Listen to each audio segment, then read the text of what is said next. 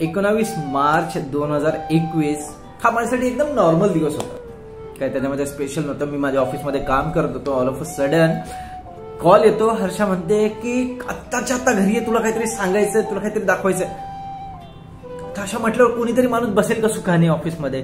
मी कसाच घरी आलो आणि विचारलं काय झालं. गेस व्हॉट मॅडम काय म्हटल्या, तिने आपल्याला गेम खेळायचा. खेळा आता. बाय द वे तो केसाळ प्राणी मीच. एका चिठ्ठीचा रेफरन्स दुसऱ्या चिठ्ठीमध्ये असं ते पूर्ण घरामध्ये कितीतरी वेळ माझ्यासोबत गेम खेळत होती. लास्ट चिठ्ठीकडे मी जेव्हा पोहोचलो तेव्हा त्या चिठ्ठीवर जे लिहिलं होतं, what is this? Oh, we are pregnant. म्हणजे आपल्याला माहित असतं की ते कधीतरी होणार आहे, पण आज तो दिवस आहे हे इमॅजिन नव्हतं केलं मी. सो खूप जास्त हॅपी होतो आम्ही दोघं. मी तिला हक केलं आणि आम्ही परत चेक केलं की चला बाबा ठीक आहे, आपण परत एकदा क्रॉस चेक करू. तर आम्ही दोघांनी टेस्ट केला आणि तो पॉझिटिव्ह निघाला. ओके चलो वी आर क्लोजर. सो आम्ही म्हटलं की नाही, एक आपण डॉक्टरांना कन्सल्ट करू. आणि डॉक्टरांकडे गेल्यावर पण त्या रिपोर्टमध्ये पॉझिटिव्ह आलं. तेव्हा आम्हाला कळालं की ओके चला now it is happening. So तेव्हा भरपूर जणांनी मला आत्ता पण विचारतात की तुला ती न्यूज कळाल्यावर कसं वाटलं. मला काही वाटलं नाही. मी ब्लँक होतं लिटरली. मला काही सुचत नव्हतं की काय बोलू काय करू. माइंड पूर्ण ब्लँक होतं पूर्ण. तेव्हा सांगितलं तेव्हा दोघांची फॅमिली खूप जास्त हॅपी झाली. खूप जास्त म्हणजे की ह्या न्यूज साठी असं वाटत होतं की ते वेट करत होते या न्यूज.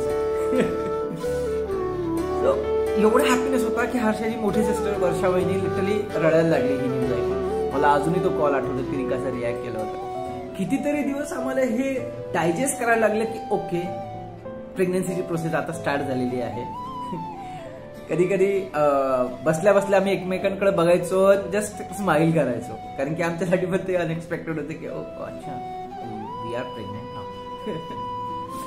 आणि ऑल ऑफ अ सडन एक रिस्पॉन्सिबिलिटी मला फील व्हायला लागली. तर हर्षाला मी नेहमी म्हणायचो की स्टेअर्स वरून नीट उतर, काय खायचं तुला, काय नको खाऊ, हे ते. मग ती म्हणायची अरे थांब थांब थांब थांब बाबा, ह्या प्रोसेसला टाइम लागतो राईट. तर ही क्रेविंग वगैरे येईल बरोबर, मी तुला सांगेलच. तर मी एवढं डम होते की मला वाटलं ते all of a sudden start होऊन जातं. मग काही दिवसांनी मी प्लॅन केला की चला जतला जाऊ. तिकडे नाहीतरी सगळे बोलवतच होते आम्हाला. आणि तिकडे गेल्यावर हर्षाची चंगळी होती. सगळेजण एवढं पॅम्पर करत होते तिला. त्या दरम्यान आमची अॅनिव्हर्सरी आली होती आणि अॅनिव्हर्सरी छोटीशी अशी घरात सेलिब्रेट केली होती. खूप छान असा छोटा मोमेंट होता. मला आता आठवतं की फर्स्ट टाइम आम्ही सोनोग्राफीला गेलो होतो तेव्हा काही माहित नव्हतं की काय असतं सोनोग्राफी, काय करायचं असतं तिथं, काय होतं एक्झॅक्टली. आम्ही गेलो तिथे हॉस्पिटलमध्ये आणि तिकडे सगळ्या लेडीज अशा पाण्याची बॉटल घेऊन अशा बसल्या होत्या. काही अशा वॉक करत होत्या पाण्याची बॉटल घेऊन आणि ते बघून खूप फनी वाटत होतं. सोनोग्राफी वगैरे झाली पण मला आतमध्ये अलाउड नव्हतं जायला. बाहेर सोनोग्राफी झाली आणि ते फोटोज असतात सोनोग्राफीचे ते समोर आले आणि मी एवढा मंद होतो की मी त्याच्यामध्ये बेबी फाइंड आउट करत होतो की बेबी कुठे आहे काय. नंतर कळालं की नाही, हे बेबी दिसायला थोडा टाइम द्यावा लागतो. बेबी काही सोनोग्राफी नंतर दिसतो. म्हणजे विचार करा. नंतर काही दिवस आतमध्ये राहून मी हर्षाला तिथंच आई बाबांकडे सोडून मी पुण्याला आलो. तिकडे हर्षाची चंगळ होती. काय पाहिजे तुला सांग. तिथं बनवत होते खाऊ घालणं, काय पाहिजे फरमाईश कर. कैऱ्या बापरे, त्या पिरियड मध्ये हर्षाने ज्या कैऱ्या खाल्ल्या ना तिकडे काय इज्जत मध्ये घडतं ते मला लिटरली सगळं माहित असायचं. रोज काय रुटीन असतं तिचं काय. तेव्हा होळीचा एक पिरियड होता, मला आत्ताही आठवतं. मॅडम डान्स करत होते होळीमध्ये. तो व्हिडिओ बघून मला इतका राग आला, मी खूप चिडलो होतो हर्षावर. आणि नंतर मला वाटलं की नाही यार, ती पण एक रिस्पॉन्सिबल लेडी आहे, तिला पण कळतं कोणत्या लेवलवर एन्जॉय करायचं, कसं बिहेव करायचं. तर मला वाटतं मी त्या पिरियडमध्ये थोडं जास्त रागावलं होतं तिच्यावर. प्रेग्नन्सी रिलेटेड फर्स्ट फंक्शन म्हणजे छोटीशी चोरचोरी जी घरातल्या घरात झाली. जे जवळचे लोक आहेत त्यांना बोलवलं, त्याची ओटी वगैरे भरण्यात आली. त्या दरम्यानच काही दिवसांसाठी मी नाशिकला गेलो होतो माझ्या आई बाबांकडे. आणि एक दिवस मला आठवतं हर्षाचा कॉल आला होता. ती म्हणे की तिची करोना रिपोर्ट पॉझिटिव्ह आहे. ती ऐकून लिटर मला आत्ता आठवतं, खूप जास्त शॉक्ड होतो आम्ही सगळे ते ऐकून. आणि असं वाटत होतं कधी मी पोचतो तिच्याकडं, काय झालं तिला ॲटलिस्ट बघतो, मी तिकडे जातो तरी. ती सिच्युएशन एवढी क्रिटिकल होती. मी लिटरली निघणार होतो, त्या क्षणी निघणार होतं. पण हर्षाने मला समजवलं की नाही, तू नको येऊ, तू थांब तिकडं. सेकंड रिपोर्ट आल्यानंतर मी सांगते तुला काय झालं आहे. नंतर ना ते लिटरली ब्लँक होतो सगळेजण, खूप घाबरलो होतो सगळेजण. आणि मग हर्षाने मला सांगितलं की तिची सेकंड जी रिपोर्ट आहे ती निगेटिव्ह आहे कोरोनाची. तेव्हा कुठतरी बरं वाटलं. पण मला लिटरली राहवत नव्हतं. असं वाटत होतं कधी जातो मी, कधी भेटतो तिला, कधी बघतो आणि क्रॉस चेक करतो किंवा हे बरोबर आहे रिपोर्ट वगैरे सगळं प्रॉपर. आणि baby is safe and Harsha is also safe. काही दिवसांनी मी जर्मनीमध्ये पोहोचलो आणि स्वतः हॉस्पिटलमध्ये जाऊन सगळं क्रॉस चेक वगैरे केलं, रिपोर्ट्स वगैरे क्रॉस चेक केले. आणि तेव्हा कळलं की okay, everything is fine, no need to worry. तेव्हा कुठतरी जीवात जीव आला. तर तो पिरियड मी आता विसरू शकत नाही. खूप जास्त घाबरलो होतो, खूप निगेटिव्ह थॉट्स येत होते माइंडमध्ये. काय होईल काय सांगता येत नाही. काही दिवस तिकडे थांबून आम्ही परत पुण्याला आलो दोघंजण. ओके, रिटर्न आल्यानंतर फर्स्ट फेस्टिवल जो होता तो होता वटपौर्णिमेचा. आणि मग काय सोनोग्राफीच्या वाऱ्यात चालू झालं. तिकडे जायचं, पाण्याची बॉटल घेऊन वॉक करायची, वेट करायचं. करोनाचा पिरियड तसाच चालू होता, त्याच्यामुळं मला आतमध्ये एंट्री नव्हती सोनोग्राफी सेक्शनमध्ये. मी लिटरली बाहेर जाऊन वेट करायचं की मला पण दाखवा यात काय चाललंय आतमध्ये. मग हर्षाने फॉर्च्युनेटली व्हिडिओ शूट केला होता आणि तो व्हिडिओ मी पहिल्यांदा बघितला होता. ओके, हे असं काय असतं पोटामध्ये. ओके, मग त्यात पण मी बेबीला शोधत होतो की कुठं आहे, दिसतच नाहीये इथं. मग ती म्हणजे अरे बघ बघ बघ हे बघ, हे असं डोकं आहे. म्हटलं हे असं कसं बेबी. हा आता वेळी ती बेबीला एक छोटंसं नाव द्यायचे, मॅगी. हा तुझंच नाव मॅगी ठेवलं आम्ही तुला लाडाने मॅगी म्हणणार आहे आजपासून. आणि मॅगी तू आज पहिल्यांदा लात मारली.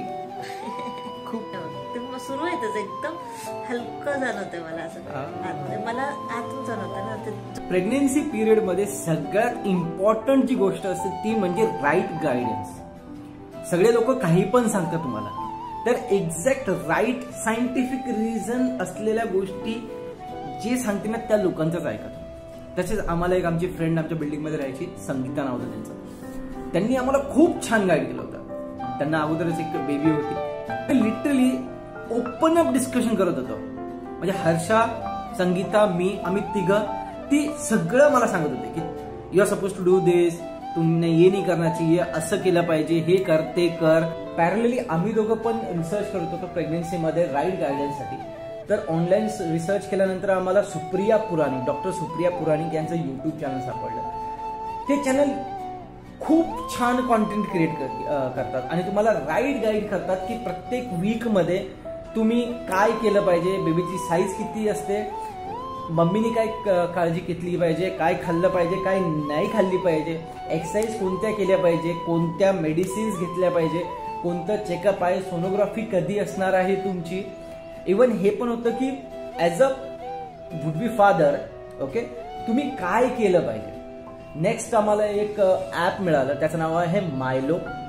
ते ॲप तुम्हाला डेली नोटिफाय करतं आणि तुम्हाला टिप्स देतात. की आम्ही एकदा चेकअपसाठी हॉस्पिटलमध्ये गेलो होतो आणि डॉक्टरांनी मला विचारलं होतं की तुम्ही बेबीचे हार्टबीट्स ऐकले का.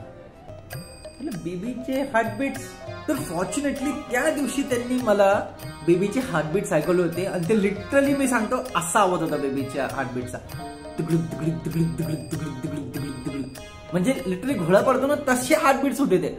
फॉर्च्युनेटली पहिल्यांदा मला एका सोनोग्राफीमध्ये आतमध्ये अलाउ केलं जायचं आणि तेव्हा मी फर्स्ट टाइम सोनोग्राफी बघत होतो की कशी करतात. आणि त्या स्क्रीनवर लिटरली ते मला दाखवत होते की बघा हे बेबीचं तोंड आहे, बेबीचे हात आहे, तो कसा हालतो आहे. आणि तेव्हा मी फर्स्ट टाइम त्या बेबीला बघितलं होतं. तेव्हा मला कळलं ओ असं असतं बेबी पोटात. प्रेग्नेन्सी जर्नीमध्ये हर्षाला खूप जास्त त्रास झाला. सगळ्यात मेन रिझन होता तिचा मायग्रेनचा प्रॉब्लेम. त्याच्यामुळे लिटरली इतकं डोकं पेन व्हायचं, इतकं डोकं दुखायचं की ती लिटरली रडायची. माझ्या मांडीवर डोकं आपटायची ती लिटरली. मला आत्ताही आठवतं, खूप न बघण्यासारखे सीन्स होते ते. ती रडायची, त्रास व्हायचं, पण त्याला काही करू शकत नव्हतं. मेडिसिन्स घेऊ शकत नाही त्या ड्युरेशन मध्ये. आता बेबीच्या किक करायची फ्रिक्वेन्सी पण वाढली होती, त्याच्यामुळं तो किक करायचा आणि कितीतरी वेळा रात्री तिला वॉशरूमला जावं लागायचं. त्याच्यामुळे तिला तिची झोप पण कम्प्लीट होत नव्हती. त्याच्यामुळं खूप जास्त चिडचिडा पण यायचा तिच्यामध्ये. तिचे मूड स्विंग्स व्हायचे, तिचं वेट हळूहळू गेन व्हायला लागलं होतं. तेव्हा ते तिला इनसिक्युरिटी फील व्हायला लागली होती. त्या पिरियडमध्ये मी खूप शांत राहायला पाहिजे होतं, जे मी नाही राहिलो. तिच्या मूड स्विंग्समुळे ती रागवायची आणि मी पण खूप जास्त रागवायचो. त्याच्यामुळे आमच्यामध्ये खूप भांडण व्हायला लागलं होतं त्या पिरियडमध्ये. नंतर मला रिअलाइज आहे की नाही यार, हे काहीतरी मी चुकीचं करतोय, ते मी नाही केलं पाहिजे. हे काहीतरी बॉडी चेंजेसमुळे तिच्यामध्ये हे होत आहे तिच्यासोबत. तेव्हा मला रिअलाइज झालं. पण मला त्या गोष्टी आता अंडू करू शकत नाही, म्हणून मला त्या गोष्टी ऍक्च्युली खूप जास्त रिग्रेट आहे की सॉरी, नाही केलं पाहिजे होतं. त्या पिरियडमध्ये तिला लिटरली फॅमिलीची इतकी गरज होती. ती मला म्हणायची की यार, इथं कोण आहे माझी काळजी घ्यायला? तू ऑफिसमध्ये असतो, संध्याकाळी फक्त वॉक करायला जातो, आपण त्यानंतर हे जेवण वगैरे करतो आणि रात्री झोप पण माझी होत नाही. त्या पिरियडमध्ये ती मला कुठतरी फील व्हायला लागलं की हा यार. ह्या निगेटिव्ह एन्व्हायरमेंटला थोडं पॉझिटिव्ह करण्यासाठी आम्ही दोघं नेहमी काही ना काहीतरी ॲक्टिव्हिटी करत राहतो आमचे. तर त्या पिरियडमध्ये आम्ही डिसाईड केलं की ओके, घरात मस्त बेबी लोकांचे फोटोज लावू आपण, छान छान एकदम बेबीज. मग आम्ही ते फ्रेम्स वगैरे दोघांनी मिळून डिझाईन केले, ते बेबीजचे प्रिंटआउट काढले फोटोजचे आणि ते घरामध्ये पूर्ण सगळीकडे लावले. ते बेबीजला बघून आम्हाला नेहमी प्रश्न पडायचा की यार, हा मॅगी दिसणार कसा नक्की? तो हर्षासारखा दिसेल, माझ्यासारखा दिसेल, म्हणजे क्युरियोसिटी एवढी होती आम्ही दोघांमध्ये की ऑलमोस्ट 3 दिवसांमध्ये एकदा आम्ही पोटाचं मेजरमेंट घ्यायचो हर्षाचं आणि बघायचो किती वाढलं आता. ओके, हां, थोडं वाढलं. तिचा वेट चेक करायचो आम्ही 3 दिवसात एकदा. हां, ओके, एवढं वाढलं, एवढे ग्राम वाढलं बरं का, हळूहळू. आणि ते प्रॉपर आहे का त्या मायलो ॲपसारखं, ते आम्ही क्रॉस चेक करायचो. हर्षाने एक खूप छान ॲक्टिव्हिटी स्टार्ट केली होती, ती म्हणजे महिन्याच्या एक पर्टिक्युलर तारखेला फोटो क्लिक करायचा तिचा.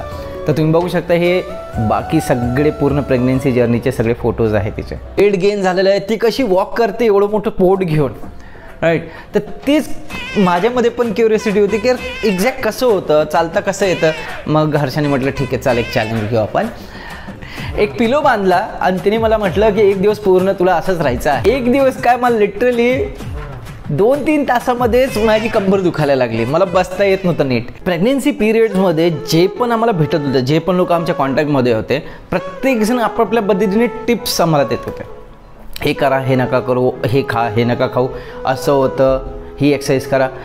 जेवढे टिप्स वेगळ्या लोकांकडून येत होते ना, आणि सगळे वेगळे होते, सगळ्यांचे ओपिनियन्स वेगळे होते. एक जण म्हणत होतं हे करा, तर तीच गोष्ट दुसरा म्हणत होतो नका करू. अशा टिप्स पण तुम्हाला खूप भेटतील लोकांकडून, पण त्या अप्लाय करण्याच्या आधी पहिले डॉक्टरना कन्सल्ट करा की हे केलं पाहिजे का नाही केलं पाहिजे, भले तो प्रश्न कितीही डम असो. तसं बघायला गेलं तर हर्षाला बेबीज हे आवडतच नव्हते आधीपासून. लहान मुलं तिला आवडत नाही बिलकुल. ती मला नेहमी विचारायची की यार संदीप, आपला बेबी झाल्यानंतर मी त्याला प्रेम देईल का रे, मी चांगली आई बनेल का? त्याचा आन्सर माझ्याकडे तेव्हा नव्हतं, पण आत्ता मी सांगू शकतो की येस, खूप छान आई आहे. हर्षाला आणखी एक ऑब्सेशन आहे, ती कोणाला पण त्याच्या नाकावरून जज करते. जर नाक चांगलं आहे तर तो माणूसचं कॅरेक्टर असं असेल, राईट. तर तिचे काहीतरी पॅरामीटर्स आहे. तर ती एवढंच देवाला म्हणायची की देव, बाळ मुलगा असो मुलगी असो कसाही असो, फक्त त्याचं नाक एकदम छान पाहिजे. हीच गोष्ट देवाने ऐकली नाही आमची. आता आमच्या मॅडमचं वेट गेन व्हायला लागलो तर बऱ्यापैकी. आता तिचे जुने कपडे तिला बसतच नव्हते, त्याच्यामुळे तिने काय केलं, जे कपडे बसत नाही ते ठेवून दिले, ह्या अपेक्षेने की पुढं जेव्हा ती बारीक होईल तेव्हा ती घालेल. त्याच पिरियडमध्ये बाबांनी हर्षासाठी कपडे शिवणं स्टार्ट केलं होतं. आणखी एक सगळ्यात मोठा प्रॉब्लेम जो आम्ही फेस केला तो म्हणजे हर्षाचे डोहाळे. हर्षाला खूप काही गोष्टी खायचं मन करायचं, घरात बनलेल्या, बाहेरचं नाही. पण कोण बनवणार त्या गोष्टी? घरात कोण आहे? ती आणि मी खूप प्रयत्न करायचो की ओके मी बनवतो तुझ्यासाठी, पण ती गोष्ट माझ्याकडून बनतच नव्हती नीट. त्यामुळे हर्षा खूप जास्त चिडायचे आणि खूप नाराज व्हायचे. आणि कधी कधी तिला जर खायचं मन केलं तर ती स्वतःच बनवून घ्यायची. तेव्हा ती मला म्हणायची की यार काय दिवस आले बघ ना, माझे डोहाळे मलाच पुरवावं लागतं, कोण बनवेल माझ्यासाठी जेव्हा मला काही खायचं मन केलं तर मलाच बनवावं लागतं. तेव्हा ती म्हणायची यार याच्यापेक्षा जर मी जतमध्ये असते माझ्या फॅमिलीसोबत ते बरं झालं असतं, ॲटलिस्ट माझी काळजी घ्यायला लोक तरी होते तिकडे. तेव्हा खूप जास्त फॅमिलीची गरज होती आम्ही दोघांना, खूप जास्त. तो डाऊन जो टाईम होता ना तो आम्ही मला नाही वाटत कधी विसरू शकतो. तो एम्प्टीनेस आहे ना लाईफमधला कधी भरूनही नाही करू. हर्षाला या निगेटिव्ह थॉट्सपासून थोडंसं लांब करायचा मी प्रयत्न करत होतो. त्यासाठी एक छोटंसं घरात सेलिब्रेशन केलं होतं, ते म्हणजे मॉम्स टू बी. तिचे डोहाळे काही फार प्रमाणात मला पुरवता यावे म्हणून मी माझ्या पद्धतीने ट्राय करत होतो. मी लाडू बनवले होते तिच्यासाठी ड्रायफ्रूट्सचे, म्हणजे ओके झाले होते. त्यानंतर आम्ही एंटरटेनमेंटसाठी लेट नाईट मूवीज बघायचो, मॅगी आम्ही एन्जॉय करायचो. तर ते मोमेंट्स जे होते ते खूप खूप क्यूट मोमेंट्स होते आमच्यासाठी. मूड रिफ्रेश होण्यासाठी आम्ही छोट्या छोट्या बाईक राईड्स जायचो, म्हणजे 1.5-2 किलोमीटर किंवा 3 किलोमीटर जास्तीत जास्त. घरात आणखी पॉझिटिव्ह एनर्जी क्रिएट करण्यासाठी आम्ही घरात पेंटिंग केली होती, राईट. काही वॉल्स होते ते मल्टिपल कलर्समध्ये आम्ही पेंट केले होते. हर्षाची वॉक लिटरली चेंज झाली होती, लिटरली पेंग्विनसारखी चालायची ती, अशी अशी अशी अशी. त्यामुळे खूप फनी दिसायची. येणारे जाणारे सगळेजण तिच्याकडेच बघत राहायचे. आणि भरपूर वेळा असं पण झालेलं आहे की आम्ही वॉक करत असताना समोरून पण कोणतरी प्रेग्नेंट लेडी आहे आलेली, आणि आम्ही दोघं एकमेकांमध्ये गेस करायचो की अच्छा किती महिन्याची प्रेग्नेन्सी असली ती, कोणत्या फंक्शनला गेलो, कुठं फिरायला गेलो, इमोशनल ब्रेकडाऊन झालं तेव्हा आम्ही मॅगीशी बोलायचो, राईट. आम्ही व्हिडिओ शूट करायचो की बघ मॅगी आज असं आहे, आम्ही इथं आलेलो आहे. तर त्याच्यामुळे एक तेव्हापासून मला कळालं होतं की हा एक बेबी आहे ना तो आमच्या लाईफमध्ये आलेला आहे, तो येणार नाही, तो आलेला आहे. आम्हाला माहीत होतं काही पिरियड नंतर मॅगी आमच्यासोबत असणार आहे, राईट. तर आम्ही तेव्हापासून डिसाईड केलं की आत्तापासून आपण गणपती दरवर्षी बसवायचा. एक छोटासा बाल गणेश आणला होता कारण मॅगी येणार होता आमचा. आणि ते डेकोरेशन अशी दुधाची बॉटल केली होती आम्ही. हळूहळू हर्षाचं वेट आहे ना वाढतच चाललं होतं. लिटरली तिला झोप, डॉक्टरने एक स्पेशल पोझिशन लागली, त्या पोझिशनमध्ये झोपायचं असतं. तिला झोप येत नव्हती. म्हणजे आधी मला आठवतं ती माझ्या पायावर पाय टाकून झोपायची, पण आत्ता तिच्या पायाचं वेट इतकं होतं की यार मला ते बेअरच करता येत नव्हतं. म्हणजे ती सिच्युएशन अशी होती की मी तिच्यासाठी स्पेशल एक पिलो क्रिएट केला. म्हटलं बघ बाबा आता तू तो पिलो तुम्ही लोकं झोपा निवांत आता. पण तिचे जुने कपडे तर बसत नाही, तर त्याच्यामुळं हर्षाकडे एक अपॉर्च्युनिटी न्यू क्लोथची शॉपिंग करायची जे तिला खूप आवडते. तर लिटरली तिचं वेट इतकं गेन झालं होतं की तिच्या बोटातल्या अंगठ्या पण तिला बसत नव्हत्या, त्या पण रिमूव्ह करायला लागल्या. बॉडी खूप जास्त पेन करायची, त्याच्यामुळे तिला हेड मसाज देणं, लेग मसाज देणं वगैरे. हर्षासोबतच तिच्या काही फ्रेंड्स पण प्रेग्नेंट होत्या, त्या त्यांच्यासोबत कंटिन्यू बेसिसवर कॉन्टॅक्टमध्ये राहायचे. त्यांच्यासोबत डिस्कस करायचे की हां माझ्या डॉक्टरने हे सांगितलं, तुझ्या डॉक्टरने काय सांगितलं, हे कर, ही मेडिसिन घे, नको घेऊ, माझ्या डॉक्टरनी ही मेडिसिन घ्यायला सांगितलेली आहे, हे खा, नको खाऊ, मूड स्विंग्स कसे होतात, काय कर, हे सगळं ती त्यांच्यासोबत डिस्कस करायचे. त्याच्यामुळं मला एक रिलीफ होतं की ओके चला कोणीतरी पर्सन आहे ज्यासोबत ती एवढं डीपमध्ये जाऊन डिस्कस करू शकते आणि तो पर्सन तिला रिलेट करेल. आत्ता हर्षाची क्रेविंग खाण्याची ती वाढायला लागली होती. मग लिटरली ती स्पायसी फूड खूप जास्त खायची, तिला खूप जास्त मन करायचं स्पायसी फूड खायची. त्या ड्युरेशनमध्ये तुम्ही लिटरली विचार करा, हर्षाला आंबा खूप आवडतं पण तिला आंब्याची क्रेविंगच होत नव्हती, मन नव्हतं करत आंबे खायची. तिला पावभाजी खूप आवडते पण बाहेरची नाही, आपल्या हाताची.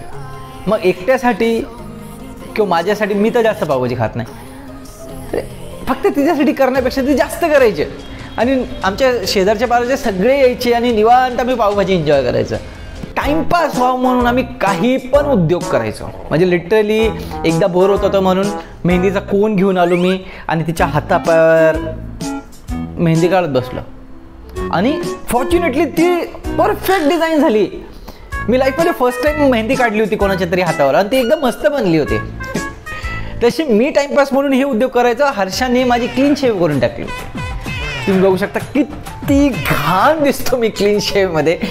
हळूहळू दिवस आहे ना पुढे सरकत होते आणि बघता बघता डोहाळे जेवणाचा कार्यक्रम पण करायची वेळ आली. पुण्यामध्ये डोहाळे जेवणाचा कार्यक्रम झाला. सगळे रिलेटिव्ह आले. खूप एन्जॉय केलं. निवांत आम्ही फिरलो. गप्पा गोष्टी, खाणं पिणं, डान्स. आता प्रेग्नेन्सी म्हटलं तर मॅटर्निटी फोटोशूट तर आलाच ना, पण आम्हाला ते टिपिकल फोटोशूट नको होतं म्हणून पूर्ण शूट आमचा फ्रेंड पवन आणि आम्ही तिघं जणांनी आम्ही प्लॅन केलं होतं ते पूर्ण फोटोशूट. आता लवकरच बेबी येणार होता. आम्हाला फिरायला भेटेल नाही भेटणार, कधी जाऊ आम्ही बाहेर ते काहीच माहीत नव्हतं. त्यासाठी मी एक सरप्राईज ट्रिप प्लॅन केली होती हर्षान माझी. कॅम्पिंगला गेलो होतो आम्ही. 1 नाईट तिकडे थांबलो होतो आणि तो टाईम मला वाटतं लिटरली राईट डिसिजन होता. तो क्वालिटी आम्ही स्पेंड करून घेतला. आत्ता वेळ होती एक क्रिटिकल डिसिजन घ्यायचा. तो डिसिजन म्हणजे डिलिव्हरी कुठं करायची, पुण्यात करायची का जतमध्ये करायची. आधी आम्ही प्लॅन करत होतो की पुण्यामध्ये डिलिव्हरी करू, कारण की तो आहे ओळखीचे लोक वगैरे, कधी काही गरज असली तर करू शकतो. पण नंतर आम्ही जे थोडं लॉंग लास्टिंग विचार केला तर आम्हाला हे जाणवलं की नाही यार, ह्या ड्युरेशनमध्ये फॅमिली जवळ पाहिजे. त्यासाठी डिलिव्हरी ही जतमध्येच करावं लागेल आम्हाला. 9th मंथ स्टार्ट झालं आणि आम्ही जतमध्ये पोहोचलो. तिथं गेल्यावर जो एक खूप छान फंक्शन केला होता घरातल्या घरात, तो म्हणजे चांदण्याची चोळी. हाय मॅगी, आता प्रोग्राम झाला आता हा आपला चांदण्यातली चोळी. त्याच पिरियडमध्ये हर्षाचा बर्थडे आला. छोटासा घरातल्या घरात सेलिब्रेट केला. लवकरच येणाऱ्या छोट्याशा पाहुण्यासाठी बाबांनी खूप क्यूट असे फ्रॉक शिवून ठेवले होते. हर्षाचं वेट इतकं गेन झालं होतं की तिला लिटरली बेंड करता येत नव्हतं. हे ऐकायला खूप जास्त फनी वाटेल, पण मी माझ्या आयुष्यात कधीच ती दिवाळीच्या ड्युरेशनमधला किल्ला नाही बनवला. पण हर्षा म्हणून नाही, आत्ता आपण बनवायचा. आय वाज लाईक अरे बघ तू प्रेग्नेंट आहे तर बेबी होणार आहे या ड्युरेशनमध्ये, पण तुला हे विचार येत आहे. पण नाही, आपल्याला किल्ला बनवायचाच आहे. मग काय बनवला किल्ला. दिवाळीचा पिरियड खूप छान गेला आमचा. आता बेबीचे किक्स एकदम आयडेंटिकल जाणवत होते. म्हणजे लिटरली बाहेरून पण जाणवत होतं की हां पोटात काहीतरी हालतंय. हर्षाचं पोट बघून सगळे म्हणत होते की हां हिला मुलगाच होणार आहे. आणि मला आताही आठवतं लग्न झाल्यानंतर आम्ही पहिल्यांदा देवदर्शन करायला गेलो होतो तेव्हा तिथे एका लेडीने आम्हाला सांगितलं होतं की तुला मुलगाच होणार आहे. आम्ही विचार करत होतो की यार आता जतमध्ये तर आलो, पण कोणत्या हॉस्पिटलमध्ये डिलिव्हरी करायची. तर भरपूर कन्सल्ट वगैरे करून रिव्ह्यूज वगैरे ऐकून भोसले हॉस्पिटल हे आम्ही सिलेक्ट केलं होतं. आणि लिटरली मला आत्ताही वाटतं की ते डिसिजन आमचा परफेक्ट होता. कारण ते जे डॉक्टर होते ते ऑलमोस्ट आमच्याच वयाचे म्हटलं तरी चालेल. ते एवढे ओपन अप होते की आम्ही कितीतरी वेळ त्यांच्यासोबत इतके क्वेश्चन्स विचारायचो एवढे डम क्वेश्चन्स, आणि ते त्यांचे क्लिअरली सायंटिफिकली आन्सर द्यायचे. ड्यू डेटला फक्त 15 दिवस राहिले होते आणि यू वोंट बिलीव्ह हर्षाला इतकं बॉडी पेन होत होतं. हर्षाची फिजिकल सिच्युएशन बघून डॉक्टरांनी हे रिकमेंड केलं होतं की ओके नॉर्मल डिलिव्हरी तर होऊ शकत नाही, we have to go for C-section. Okay, and तुम्ही डेट डिसाईड करा. आणि ही एक छान अपॉर्च्युनिटी होती. डेट डिसाईड केली गेली 17/11, जो आहे हर्षाचा लकी नंबर. उद्या डिलिव्हरीला जायचं सकाळी. आम्ही बॅग वगैरे भरत होतो. जेवण वगैरे झाल्यानंतर हर्षा आणि मी दोघंच जण एकटेच बेडरूममध्ये बसून पूर्ण जर्नी ॲनलाइज करत होतो आमची. एवढ्या दिवसांपासून वाट बघत होतो. तो क्षण येणार आहे उद्या, आणि उद्या बेबी आपल्या हातात येणार आहे. आणि तो मुलगा असेल मुलगी असेल कोणावर गेलेला आहे ते सगळं आपल्याला कळेल. मग आता मॅडम उद्या जाणार आहे तर हर्षाला foot massage, head massage, body massage सगळं प्रॉपर दिलं मी. आणि जाता जाता मॅडमने मला मस्त हेअरस्टाईल बनवून दिली. फायनली दिवस आला 17 नोव्हेंबर. मॅडम मी सकाळी मस्त पोट भरून श्रीखंड पुरी दाबून खाल्ल्या. आता जर कोणी विचारलं ना क्या खा के पैदा किया था मॅगी क, तर मला माहीत आहे की हिने काय खाल्लं होतं. डिलिव्हरीसाठी आम्ही दोघं बाईकने गेलो. म्हणजे किती स्ट्रेंज वाटतं नाही, डिलिव्हरीसाठी बाईकवर चालले दोघं जण. हॉस्पिटलमध्ये पोचलो आणि हर्षाने चेंज वगैरे केलं आणि ऑपरेशन थिएटरमध्ये त्याला घेऊन गेलो आम्ही. तिथं आम्ही एक व्हिडिओ शूट केला. हे मॅगी, हे बघ ऑपरेशन थिएटरमध्ये डॉक्टर बसलेले आहे तिथं. डॉक्टर हाय करा. हाय मॅगी, तू इथे आता. मी ऑपरेशन थिएटरच्या बाहेर आलो आणि तो जो वेटिंग पिरियड होतो ना, तो लिटरली एक एक सेकंड कितीतरी मोठा वाटत होता की काय चाललंय आतमध्ये, कधी बाहेर येईल. डॉक्टर्स आतमध्ये चालले होते, काय चाललं ना काहीच कळत नव्हतं आणि मी पूर्ण ब्लँक होतो.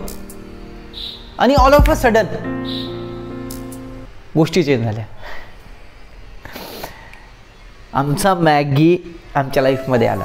मला आत्ता आठवतं, मी त्याला फर्स्ट टाइम बघितलं होतं, मला तो व्हिडिओ शूट नाही करता आला. त्या गोष्टीचा रिग्रेट मला लाईफ टाईम राहणार आहे. डॉक्टरने आणून ठेवलं त्याला आणि तो माझ्याकडे बघत, असं लिटरली बघत होता एकसारखा. काय रे मॅगी, काय बघतोय तू? काय काय विचार करतोय? फायनली आमची प्रेग्नन्सी जर्नी तिथं संपली. हे 9 महिन्यांनी आम्हाला खूप काय शिकवलं, खूप काय दोघांना. आणि एक मॅच्युरिटी लेवल येते, ती लिटरली आम्ही फील केलं की हां ओके, आम्ही आधी कसं होतो आणि आत्ता जे डिसिजन घेतो आम्ही ते खूप जास्त वेगळे आहे. खूप सॅड टाईम बघितला या 9 महिन्यांमध्ये. कुठतरी फॅमिलीची गरज जाणवली खूप जास्त. दोघांनी कसं हँडल केलं ते आम्ही दोघांनाच माहीत आहे. प्रेग्नेन्सीच्या जर्नीमध्ये एका वाईफला सगळ्यात जास्त एखाद्या गोष्टीची गरज लागत असेल ना, तर ती गोष्ट म्हणजे तिचा हसबँड. तिचा नवरा तिच्या जवळच पाहिजे. आणि मी लिटरली प्रत्येक हजबंडला हे रिकमेंड करेल की तुम्ही प्रेग्नन्सी पूर्ण जर्नी तुमच्या वाईफसोबत थांबा, राहा, ते एक्सपिरियन्स घ्या. तो जो एक्सपिरियन्स तुम्ही आयुष्यात कधीच विसरणार नाही. वी आर प्रेग्नंट हे म्हणणं जितकं सोपं असतं ना, त्यापेक्षा कितीतरी डिफिकल्ट असतं. कितीतरी गोष्टी तुम्हाला कॉम्प्रोमाइज करावं लागतात, कितीतरी वेळे तुम्हाला ॲडजस्ट करावं लागतात अशा सिच्युएशनमध्ये ज्या तुम्ही कधी फेस नाही करू शकत, तुम्ही इमॅजिन नाही केले होते त्या सिच्युएशन्स. तुम्हाला इनिशिएटिव्ह घ्यावा लागतो. असं वाटतं ना की ठीक आहे, मेडिकल रिपोर्ट आहे, ते चेक केलं, सोनोग्राफी रिपोर्ट कसा आहे काय आहे, ठीक आहे, डॉक्टर माहीत, आपल्याला काय माहीत नाही. पण नाही, बिंग अ हजबंड तुमची रिस्पॉन्सिबिलिटी आहे की त्या ड्युरेशनमध्ये सगळ्यात जास्त प्रायोरिटी म्हणजे तुमची वाईफच आहे, बाकी कोणतीच गोष्ट नाही. बाकी गोष्टी वेट करतील, पण त्या ड्युरेशनमध्ये एक छोटीशी चूक ती तुम्हाला लाईफ टाईम रिग्रेट करायला लावेल. त्याच्यामुळं मी प्रत्येकाला हे सांगेल, जो म्हणतो ना वी आर प्रेग्नंट, तर ती जर्नी तुम्ही लिटरली खूप क्लोजली बघा. सो ही होती हर्षा आणि माझी वी आर प्रेग्नंटची जर्नी. हे 9 महिने अमेझिंग होते, खूप छान होते. रोलर कोस्टर राईड्स होती आमच्या लाईफमध्ये चालू. ती फायनली कुठेतरी संपली. आता मॅगी मोठा होतोय. लाईफने त्या दिवसापासून मला आता आठवतं 19 मार्च 2021ला तो कॉल मी कधीच विसरू शकत नाही. थँक्यू सो मच हा व्हिडिओ बघण्यासाठी. बाय.